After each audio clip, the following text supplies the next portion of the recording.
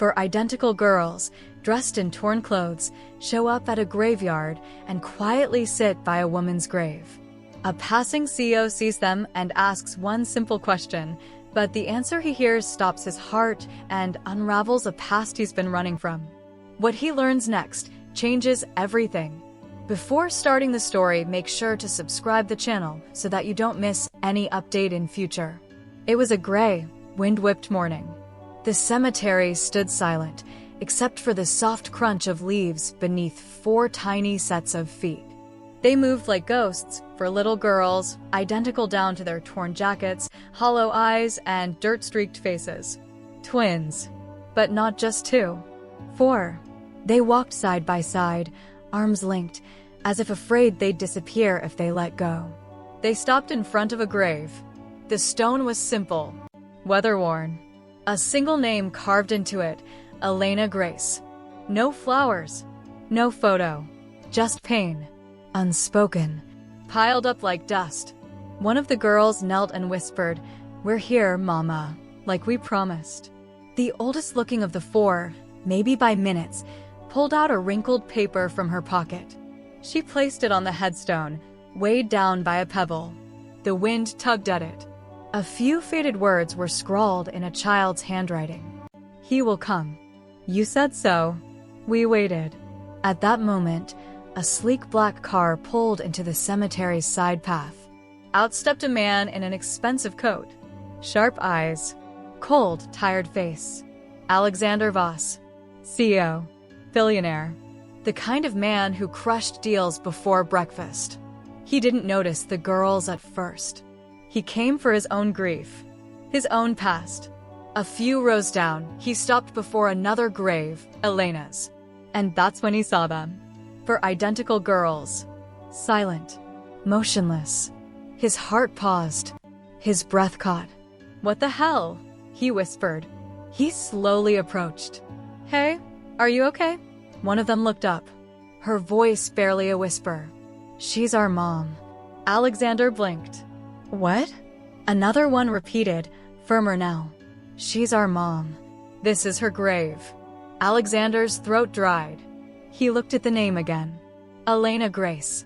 No, it couldn't be. Not her. Not that Elena. He stared at the children.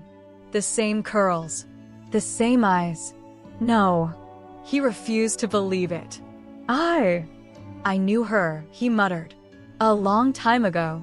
But you're saying she had daughters. The smallest girl stepped forward. She looked about 7, but her eyes carried the weight of years. "She told us about you," she said softly. "She said you used to laugh like the sky was your friend." The man froze. His heartbeat skipped. Only Elena ever said that to him. "You must be mistaken," he said, his voice trembling despite the denial. "Where's your father?" The second twin's lips quivered. "She said he left before he knew we existed." Those words hit him like a blade straight to the chest. "She told us he might come one day," the third girl added. So we waited. Every Sunday. Every birthday. Every winter. Alexander staggered back. The grave suddenly felt deeper. The 4th girl whispered. She said his heart was broken. And he was scared. But he was good. 1,000 memories came flooding in. A young Elena, barefoot in summer grass, her laugh echoing in the trees. The night she cried and begged him not to leave for that job in Tokyo. The letter he never read. The one he found years later, too late to reply. His knees buckled. He knelt beside the girls, breath shaky. How long have you been coming here?" "All winter," one said. "Since she died." He looked at their clothes. Too thin for the cold. Worn sneakers. A backpack half-zipped with stale bread and a cracked bottle of water. "Where do you live?" he asked, heart pounding. A silence heavier than the sky fell between them. One finally said it. "Nowhere." The word shattered everything.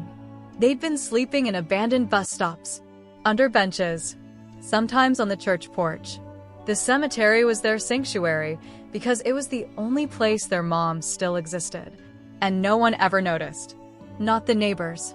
Not the city. Not even him. Alexander's voice cracked. I didn't know. I didn't. The smallest girl reached into her jacket. She pulled out a locket. Old, rusted, but intact. Inside, a photo of Elena and a younger Alexander, smiling like the world was perfect. She said you were kind, that even if you never came back, you were the only man she ever loved. Tears spilled down his face.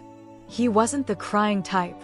But this felt like a punishment stitched in fate. He wanted to scream, to hug them, to run, to undo every choice that brought him here too late. But all he could say was, why? Why didn't she tell me? She tried, one said. But you never answered. He remembered the letter, the one unopened, sitting in the back of his desk drawer for over a decade. She had tried, and he had failed.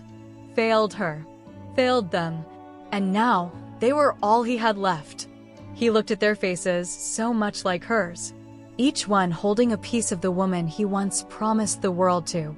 He took a deep breath. I want to help. Please, come with me. You don't have to suffer anymore. But before they could answer, the smallest one asked softly, if you are the man she loved, why weren't you there when she needed you most? The wind howled. The grave stayed silent, and his world collapsed. Alexander couldn't answer the question. That one line from the smallest girl echoed louder than any business deal, louder than applause at his board meetings, louder than the engines of his private jets. Why weren't you there when she needed you most? He opened his mouth, closed it, opened it again. No words came. Not because he didn't have anything to say, but because nothing would ever be enough. The wind brushed past the girls, lifting their messy hair as if nature itself was trying to protect them from the truth. The truth that the man kneeling in front of them, dressed in wealth, surrounded by power, had once loved their mother and then walked away. He didn't know if they could forgive him. He didn't even know if he deserved to ask. But he had to try. I didn't know she was sick, Alexander finally said, voice rough. I didn't know she had children. I thought. He swallowed hard. I thought she moved on. The tallest girl, the one who hadn't spoken much, looked up. Her eyes didn't blink. She never moved on, she said quietly. She waited. Another one added, even when she was sick, she never cried about the pain. Only about you. Alexander clenched his jaw. His fingers gripped the cold edge of the gravestone. She shouldn't have waited, he whispered. I didn't deserve that. There was silence again. Not awkward, not hostile, just heavy, the kind of silence that carries weight generations deep. Suddenly, one of the girls sneezed. A small, sharp sound, but it cut through the moment like a siren. Alexander looked up sharply. Their cheeks were red, fingers trembling, jackets thin as paper. What have you been eating? He asked. One shrugged. Sometimes the bakery lady leaves old bread in a bag. Another said, we take turns. One eats, three wait. His heart shattered again, not like glass, but like porcelain. Slow, cracking piece by piece. He couldn't imagine it. His own daughter, if he had one shivering in the cold, splitting a crust of bread with her sisters, sleeping by a grave, watching the sky and hoping a man she'd never met would show up. He stood slowly, hands shaking. Come with me, he said. Please. I'll take care of you. I'll explain everything. Just, please let me make this right. The girls looked at each other. Not with fear, but with a strange kind of wisdom, as if they had already lived lifetimes and seen what most never would. Finally, the second youngest spoke. We don't know you. He nodded. You're right. You don't. Then he knelt again, right at eye level. His voice was softer now. Less CEO. More human. My name is Alexander Voss. I met your mom when I was young. We were in love, but I left. I thought I had to chase success. Prove something. I thought love would wait. He looked at the grave, eyes glistening. She waited. And I failed her. The girls said nothing. But their eyes, they watched everything. I can't bring her back, He continued. But I can give you a home, warm food, safety, school, anything you want. I know I don't deserve to be trusted right away, but let me earn it.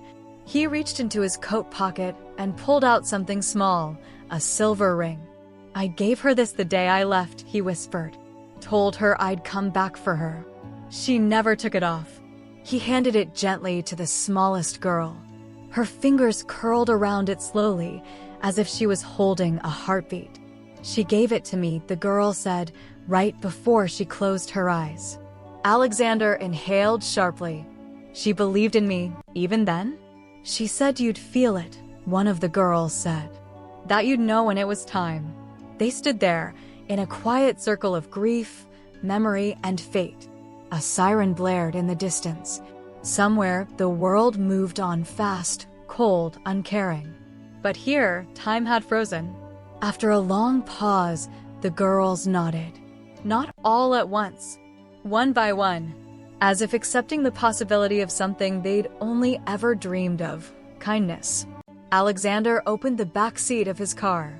Heated leather, soft blankets, bottled water, and fresh snacks.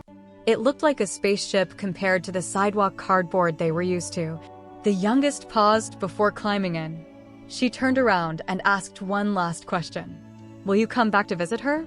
Alexander looked at the grave. The woman who had once danced barefoot in moonlight. The woman who had carried his love silently until her last breath. I'll come every week, he said.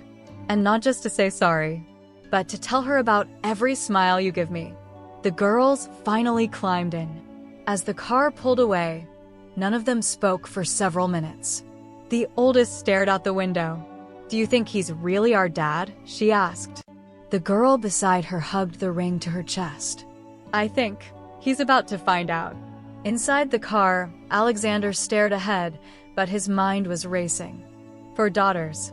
He hadn't known them 5 minutes ago. Now, he couldn't imagine breathing without them. What kind of man did that make him? He didn't have the answer yet, but he was about to find it. And it started with one stop. He picked up his phone. James, he said to his assistant. Cancel everything. Tell the board I'm stepping away for a while. The man on the other end panicked. Sir? The acquisition. I said cancel it. There are 4 little girls in this car who need me more than any billion-dollar deal ever did. He hung up and looked in the mirror. For sets of eyes watched him carefully. They didn't trust him yet. But maybe, just maybe, they wanted to. And that was enough. For now, the mansion's gates creaked open slowly, revealing a world none of the girls had ever imagined. Golden lights lined the long driveway like stars fallen to earth. A fountain glowed in the center, its soft water trickle echoing in the silence. The car came to a gentle stop. The girls didn't move. They stared out the window like they were staring into a movie. Alexander stepped out first. His shoes crunched on gravel as he moved around and opened their door. Come on, he said gently. It's okay. The oldest climbed out first, holding her sister's hands tight. She looked around, then back at him. This isn't real, is it? It is, he replied. And it's yours now, if you'll let it be. They hesitated at the steps. Their lives had been concrete and cardboard. Now, they stood before carved marble and warmth spilling from crystal chandeliers. As they stepped inside, the air changed. It smelled of cinnamon and fresh flowers, not damp earth and smoke. A housekeeper approached. Her eyes widened at the sight of the girls, but she said nothing, just offered a warm smile and stepped aside. Alexander led them in gently, without grabbing or guiding. Just walking beside them, a new kind of silence settled. Not the fearful one from the cemetery, but something tender. Hopeful. Fragile. In the living room, a fire crackled softly. Plush blankets were folded on the couches, cocoa already steaming in delicate mugs on the glass table. I asked them to make something warm, Alexander said. You don't have to drink it, but if you want to. The youngest didn't wait.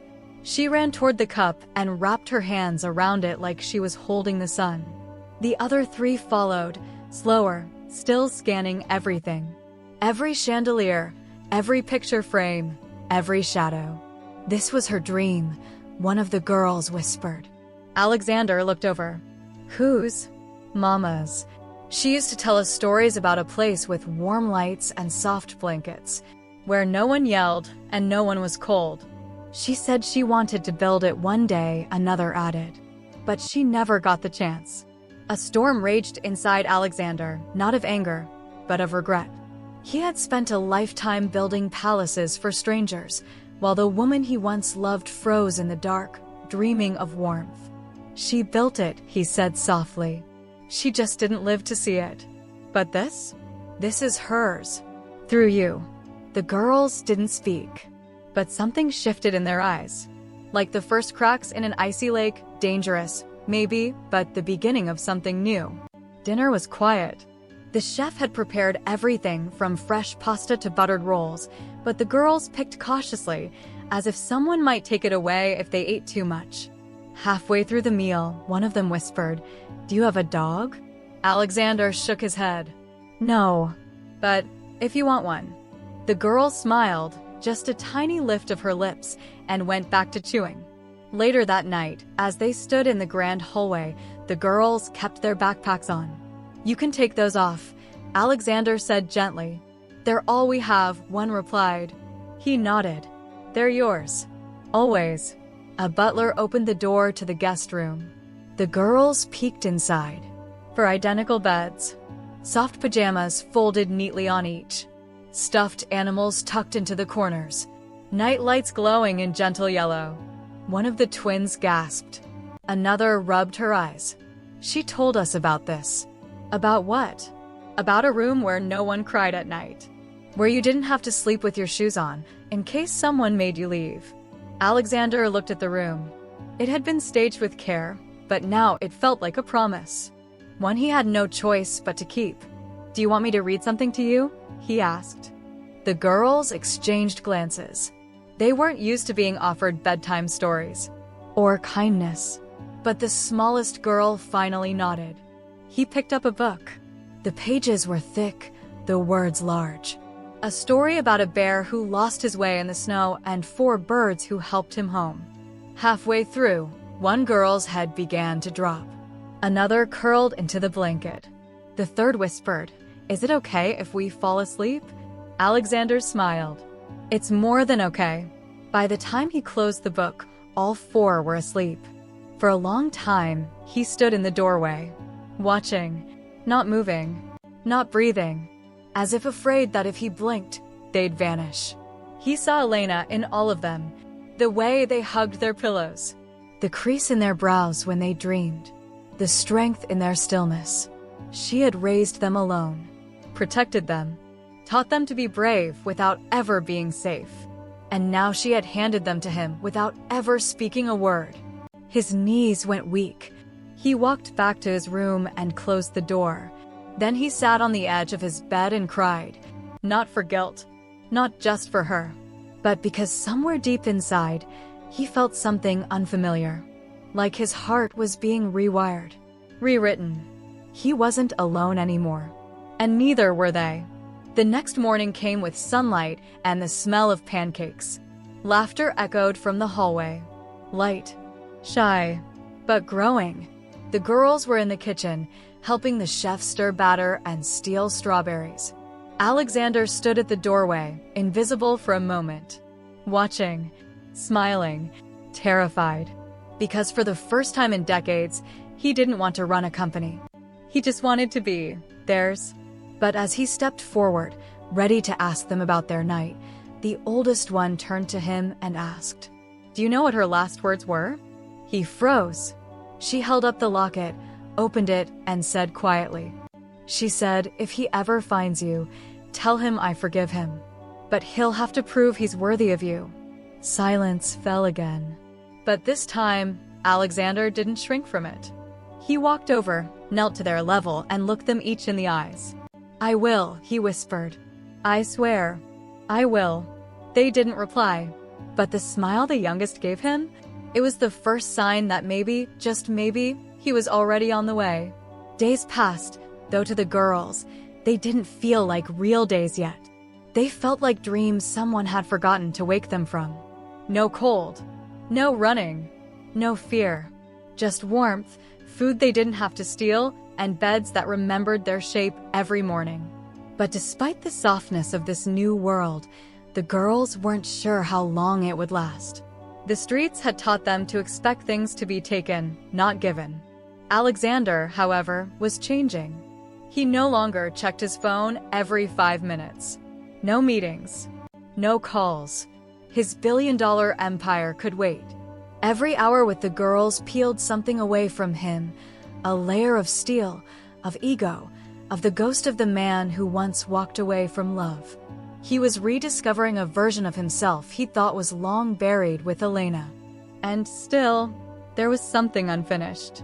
One afternoon, as golden light spilled across the living room floor, the youngest girl asked softly, "Where were you when she got sick?" The question didn't come with anger, just quiet curiosity, like a puzzle piece being turned. Alexander set down the book he was reading. He didn't rush the answer. He looked at her, then at all 4 of them, seated around him like petals of the same flower.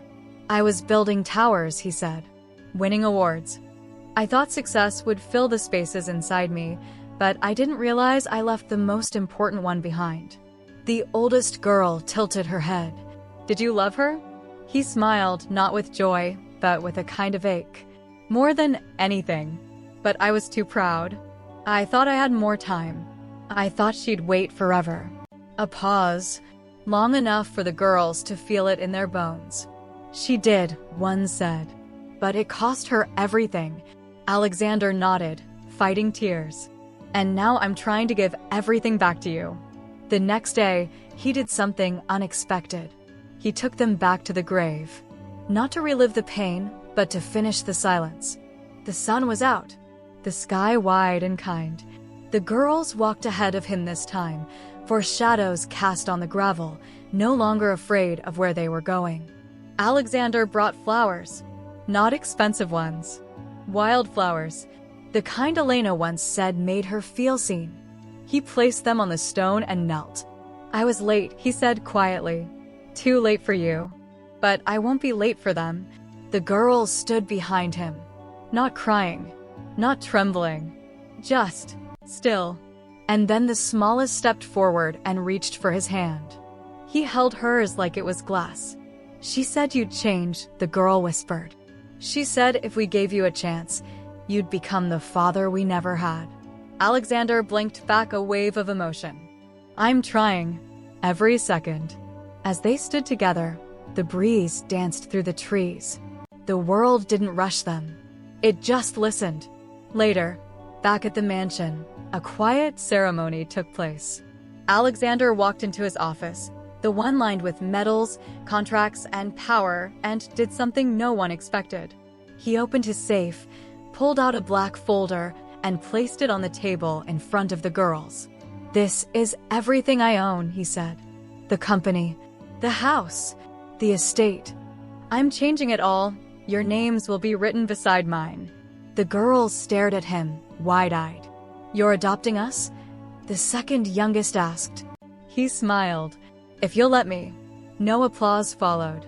No music. Just 4 girls, staring at a man who had once been a stranger, now offering to carry the weight of everything they had lost. Finally, the oldest one nodded. Not fast, not dramatic, just sure. "We want to stay," she said. That night, they celebrated. Not with glitter and cameras, but pancakes for dinner, a messy kitchen, and dancing in their socks on marble floors. Alexander laughed for the first time in years, a real, unfiltered laugh. The kind that made the girls laugh too, because they couldn't believe someone so important could be so silly. And when the youngest girl climbed into his lap later that night, wrapping her arms around his neck and whispering, "Good night, Dad," that's when it hit him. He was no longer just Alexander Voss, CEO. He was a father, a broken man, rebuilt, a missed chance redeemed, a promise finally kept. As the fire flickered low and the house fell quiet, he walked to the bookshelf and pulled out an old, dust-covered journal, The one Elena once gave him years ago, with a single note inside. If you ever feel lost, write your way home. He opened to a blank page and began to write. Dear Elena, today they called me Dad. Not because I earned it, but because you believed I could. I see you in their courage, in their strength, in their stubborn little hearts. You gave them everything, and now they've given me back my soul. I failed you once, but I promise I won't fail them. Not ever again. He closed the book. Outside, the stars blinked quietly, like they, too, had been waiting for this ending. Or maybe this beginning. Because for the first time in forever, the house wasn't just full, it was whole. Sometimes, life gives us a second chance, not to fix the past, but to heal what's left of it.